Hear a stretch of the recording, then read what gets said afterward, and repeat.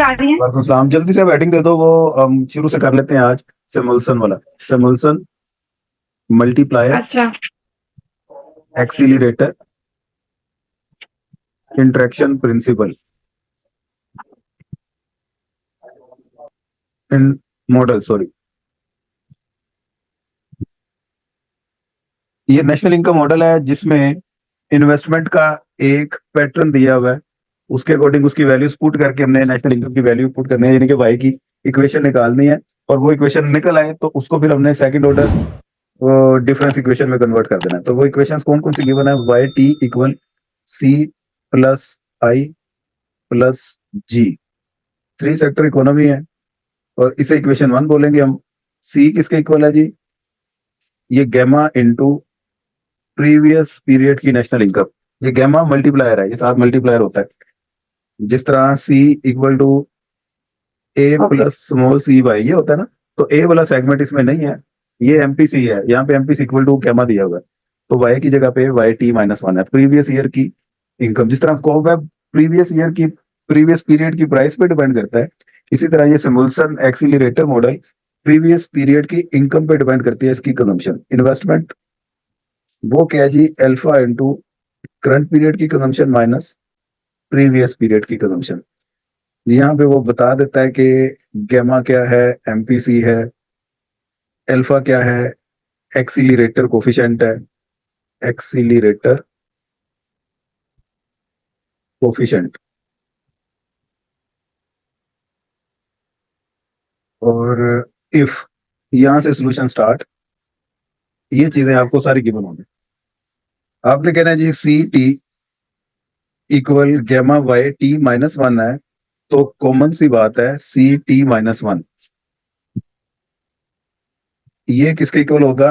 Y T minus to के equal होगा। ठीक है। Okay sir. इसे आपने इन्वेस्टमेंट की इक्वेशन में पुट कर देना है और इन्वेस्टमेंट बन जाएगी। इन्वेस्टमेंट बिकम्स सर ये -2 है ना? माइनस टू है। By.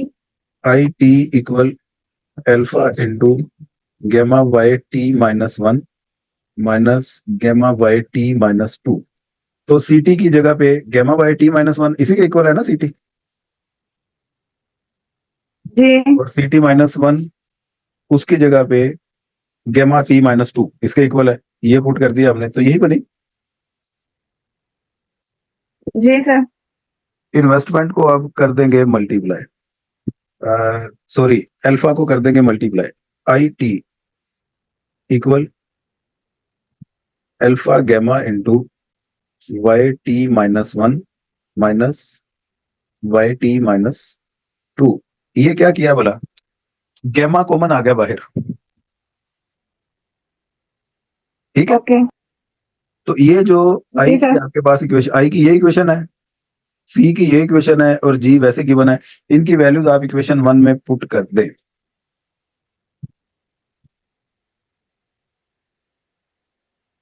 Putting values of C I and G in equation one. C and I कर लें क्योंकि जी तो वो ऑटोनमस है। सी एंड आई, इसको जब इक्वेशन वन में हमने पुट किया तो ये बन गया Y T equal alpha Y T minus one plus alpha gamma Y T minus one minus Y T minus two plus G nought. Equation one में देखो जरा यही बना। जी सर यही। ठीक है। अब ये आपने क्या करना है, गैमा जो सा ना मल्टीप्लाई अल्फा गैमा, इसे भी मल्टीप्लाई कर दें, इसे भी मल्टीप्लाई कर दें, तो ये बन गया Y T equal gamma Y T minus one plus alpha gamma Y T minus one minus alpha gamma Y T minus two plus G nought. Alpha, एक मिनट, गैमा जोन सा है ना आप ले लें common, Y T minus one और यहां से, वाई टी माइनस वन, इन दोनों में गैमा कॉमन ले लें। तो ये आपके पास बन गया Y T equal gamma Y T minus one plus alpha Y T minus one minus अगली दोनों term as it alpha gamma Y T minus two plus G naught. अब इन दोनों में क्या कॉमन आ रहा है? T minus Y T minus Y one T minus one, ये कॉमन ले लेंगे तो ये बन जाएगा gamma Y T minus one common लिया तो one plus alpha Y T minus one, ये कॉमन आ गया माइनस ये दोनों term as it alpha gamma Y T minus two plus G naught. समझ आ गई यहां तक बात? जी सर। अब ये तो आपकी equilibrium level of national income निकल आई, जिस तरह वाइस टैरिफ निकालते थे, लेकिन हमने वो डिफरेंस इक्वेशन के फॉर्मेट में अगर जाना है तो ये वाली पूरी टर्म उधर जाके माइनस की हो जाएगी, ये माइनस किया उधर जाके प्लस की हो जाएगी, इस साइड पे सिर्फ कांस्टेंट रहना चाहिए राइट साइड के। तो ये बन गया Y T minus alpha one plus alpha Y T minus one plus alpha gamma, ये वाली टर्म प्लस की हो गई उधर जाके Y T minus two equal G nought, ये इक्वेशन आ गई। अब यहाँ पे टी को फॉरवर्ड कर दो दो पीरियड आगे, after shifting subscript forward by two period, तो जो वाई टी है वाई टी प्लस टू बन गया माइनस जी sir. One plus alpha Y T minus one है, ये वाई टी प्लस वन हो गया plus alpha gamma Y T minus two है तो वाई टी हो गया इक्वल जी नोट। ये अब आ गई आपकी सेकंड ऑर्डर डिफरेंस इक्वेशन।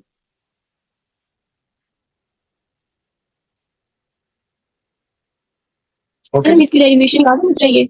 हाँ जी, ये खुद ही आपने बनानी है। जी सर। अब इसका पार्टिकुलर इंटेग्रल का क्या फार्मूला होता है बोला? Sir Y P is equal to C over one plus A one plus A two, अगर A is equal to not one हो। शाबाश, Y P equal to C over one plus A two. तो ये पीछे वाली equation में ये ए one है, ये ए टू है, ये सी है। समझ लग रही है बात? जी सर। ये सी, तो ये आपने वैल्यूज पुट कर देनी है इसमें, तो पार्टिकुलर इंटेग्रल बन गया आपका Y P equal G nought over one minus minus के साइन के साथ है A one one plus alpha gamma. Okay,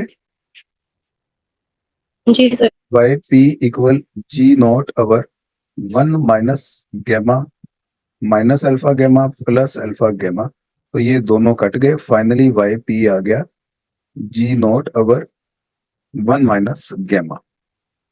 ये पार्टिकुलर इंटेग्रल है with static equilibrium, particular integral with static equilibrium, यही आपका इंटरटेम्पोरल इक्विलिब्रियम होता है। Also it is intertemporal equilibrium. तो इंटरटेम्पोरल इक्विलिब्रियम को वाई बार से डिनोट किया जाता है, G nought over one minus gamma. यहां तक लिख लें जल्दी से, फिर कॉम्प्लीमेंट्री भी आते हैं। Where one over one minus gamma, ये मल्टीप्लायर है आपका। क्वेश्चन में ये एमपीसी है, ये मल्टीप्लायर है। जी सर। अब आगे कॉम्प्लीमेंट्री फंक्शन। कॉम्प्लीमेंट्री फंक्शन में केस वन क्या होता है बोला?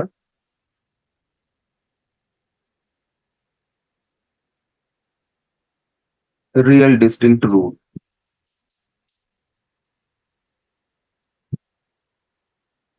व्हेन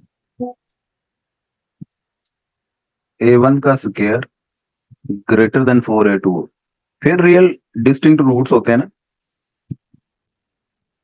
अब Yes, sir. a1 तो ये है, माइनस गैमा 1 प्लस अल्फा।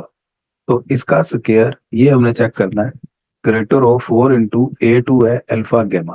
तो इसका जब स्क्वायर करेंगे माइनस का साइन खत्म हो जाएगा, gamma square into 1 plus alpha का square greater than 4 alpha gamma. ये वैल्यू इधर मल्टीप्लाई हो रही है, दूसरी साइड पे जाके क्या होगी, डिवाइड हो जाएगी। 4 alpha gamma over 1 plus alpha का स्क्वायर।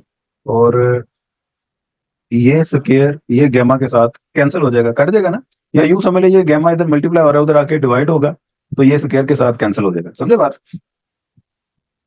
जी सर। तो ये आपके पास फाइनली ये बन गया, गैमा जब ग्रेटर हो 4 अल्फा ओवर 1 प्लस अल्फा का स्क्वायर, तो आपने समझ आना है कि मामला गड़बड़ है, मतलब roots are real and distinct.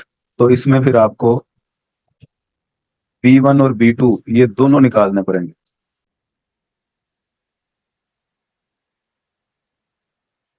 Repeated roots. तो इसमें जब गैमा आपका इक्वल हो जाए 4 अल्फा ओवर 1 प्लस अल्फा का स्क्वायर, तो रूट्स आर, बल्कि साथ ही मैं ना इधर केस 3 भी लिखवा देता हूँ।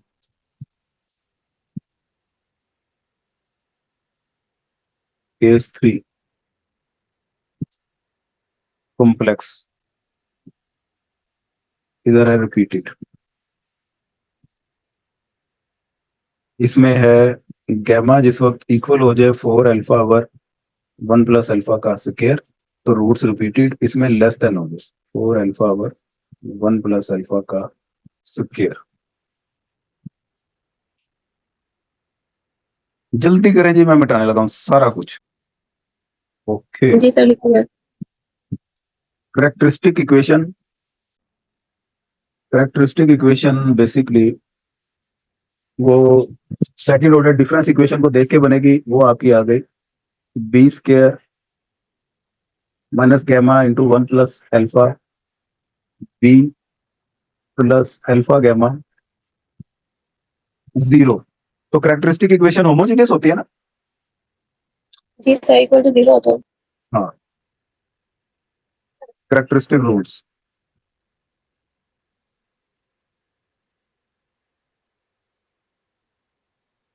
Characteristic rules B1 B2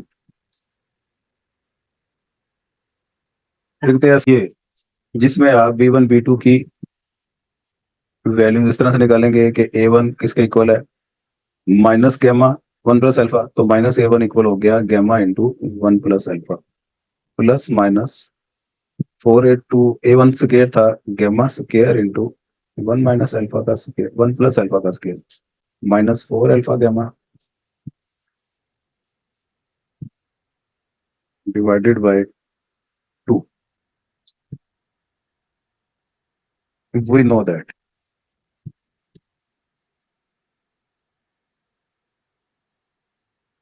B1 plus B2 equal है minus A1, so B1 plus B2 हो गया गैमा इंटू 1 प्लस अल्फा की। इसके साथ साथ B1 B2 ये इक्वल होता है A2 के, सो B1 B2 ये इक्वल हो गया अल्फा गैमा के। दो बातें। और तीसरी बात, 1 माइनस बी 1 1 माइनस B2 ये इनको अगर आपस में आप मल्टीप्लाई करें, ये बनता है 1 minus B2 minus B1 plus B1 B2। तो इनमें माइनस का साइन कॉमन ले लें इन दोनों में, तो ये बन जाता है 1 minus B1 into 1 minus B2 equal होगा 1 minus B1 plus B2 plus B1 B2। इसकी जगह पे इसकी वैल्यू पुट करें, इसकी जगह पे इसकी value 1 minus B1 1 minus B2 ये इक्वल हो जाएगा 1 minus gamma into 1 plus alpha plus alpha gamma इसी के इक्वल होगा। समझ लग रही है बात?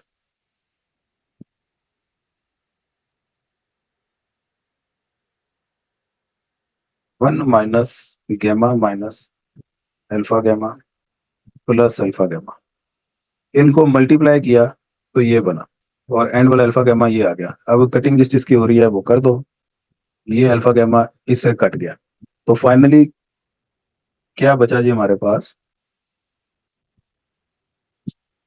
फाइनली ये बचा कि one minus B one, one minus B two, ये इक्वल है वन माइनस गैमा के। ओके, अब नेचर ऑफ टाइम पाथ ये जरा ध्यान से नोट कर लें। The nature of time path, पहली कंडीशन रिपीटेड रूट की कन्वर्जेंसी की, ध्यान से नोट कर लें। B2 वो लेस देन हो B1 के, और B1 B2 ये दोनों ही लेस देन हो 1 के बट ग्रेटर देन हो 0 के, तो टाइम पाथ इज कन्वर्जेंट। ये 1C का मतलब ये पहली कंडीशन कन्वर्जेंसी की, तो मैं आगे लिख नहीं रहा कन्वर्जेंट, तो पहली कंडीशन डाइवर्जेंट के लिए वो ये होगी कि B2 वो लेस देन हो B1 के, लेकिन B1 B2 ये दोनों ही 1 से ग्रेटर होने चाहिए, तो इसका मतलब है टाइम पाथ डाइवर्जेंट होगा। अब दूसरी जो रिपीटेड की कंडीशन है उसमें कन्वर्जेंसी कैसे चेक करेंगे? उसमें आपने बी को देखना है, बी अगर आपका 1 से छोटा 0 से बड़ा है तो कन्वर्जेंट, अदरवाइज अगर बी आपका ग्रेटर देन 1 हो गया तो डाइवर्जेंट। समझ लग गई बात? जी सर। इसी तरह तीसरी कंडीशन कॉम्प्लेक्स में कन्वर्जेंसी चेक करने के लिए उसमें आर को देखा जाता है। आर अगर आपका लेस देन 1 हो गया तो कन्वर्जेंट, और तीसरी में डाइवर्जेंट जिस वक्त आर आपका ग्रेटर देन 1 हो गया। तो अगर नहीं समझ लगी तो ये लें, डिस्टिंक्ट एंड रियल रूट्स, उसके लिए ये, रिपीटेड के लिए ये, कॉम्प्लेक्स के लिए ये।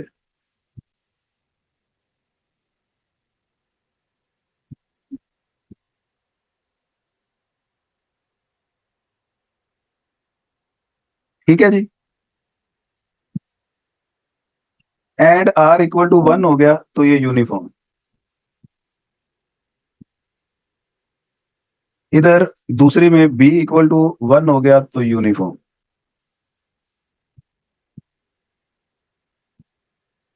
इतना ही याद रखें। और similarly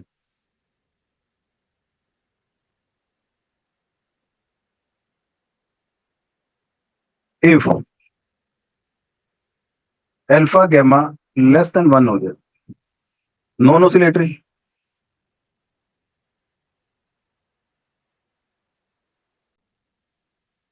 non fluctuation,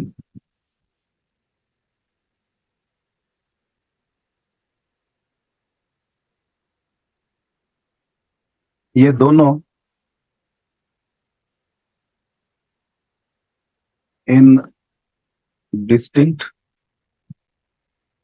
and repeated roots, दोनों के लिए ये कंडीशन है। कॉम्प्लेक्स के लिए क्या है जी? अल्फा गैमा जब लेस देन 1 हो जाए और alpha gamma greater than equal to 1 हो जाए विद स्टेप फ्लक्चुएशंस,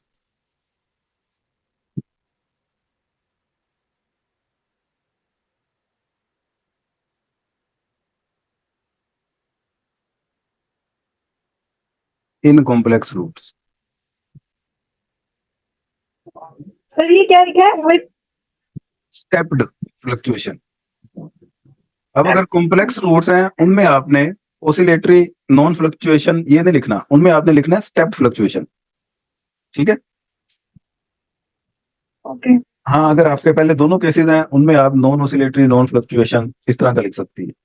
उनमें स्टेप फ्लक्चुएशन नहीं होती। Okay. मिटा दूं जी?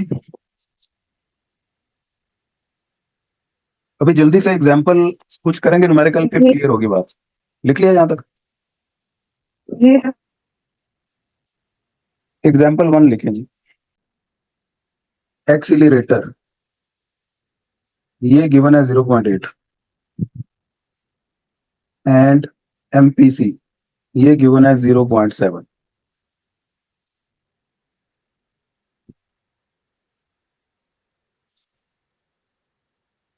करें जी स्टार्ट? जी सर। सॉल्यूशन। एक्सीलरेटर ये बोलते हैं अल्फा को, अल्फा आपका गिवन है 0.8 एंड एमपीसी बोलते हैं गैमा को, गैमा है आपका 0.7। तो आपने इसके नेचर ऑफ टाइम पाथ बताना है। अल्फा ये है, गैमा ये है। सबसे पहले आपने 4 alpha over 1 plus alpha square, इसकी वैल्यू चेक कर लेनी है, क्या आ रही है 4 इंटू 0.8 आवर 1 प्लस 0.8 का स्क्वायर। जल्दी से सोल्व करें इसको और मुझे बताएं, बल्कि 2.22 आ रहा है आंसर, ये चेक कर लें जरा।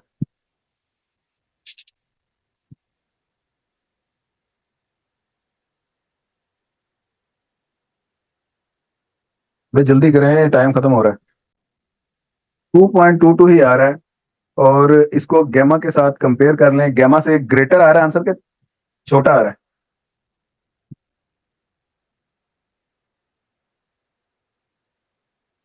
भाई मीटिंग बंद कर दूं? टाइम, काम करने का मूड नहीं हो रहा, थक गया तो बता दें। सर मैं कर रही हूँ, मैं कैलकुलेटर उसको छोड़ दो, अब टाइम नहीं है। मैं कह रहा हूँ कि मीटिंग का टाइम खत्म हो रहा है, काम कंप्लीट करवाना है मैंने।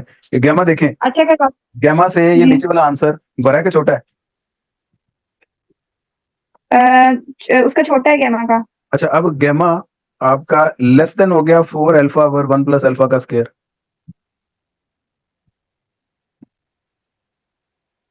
भाई 0.7 लेस ही होता है ना जी 2.22 जी के, सर। तो रूट्स कॉम्प्लेक्स हो गए। जी। We know that. कॉम्प्लेक्स में आर फाइंड किया जाता है। आर इक्वल है A2 का स्क्वायर रूट, और आर इक्वल है अल्फा गैमा का square root. A2 alpha gamma का इक्वल होता है, तो आर आ गया 0.8 इंटू 0.7 इसका स्क्वायर रूट। इन दोनों को मल्टीप्लाई करके स्क्वायर रूट लिया, तो आर आ गया 0.748। तो आर का आंसर हमने चेक कर लेना, ग्रेटर देन 1 है कि लेस देन 1 है। तो यहाँ पे आर आपका लेस देन 1 है, R G is less than 1। तो आर जब लेस देन 1 होगा, तो इसका मतलब कि आपका अल्फा गैमा वो लेस देन 1 है।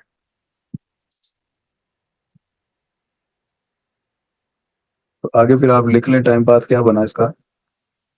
इन complex roots when R is less than 1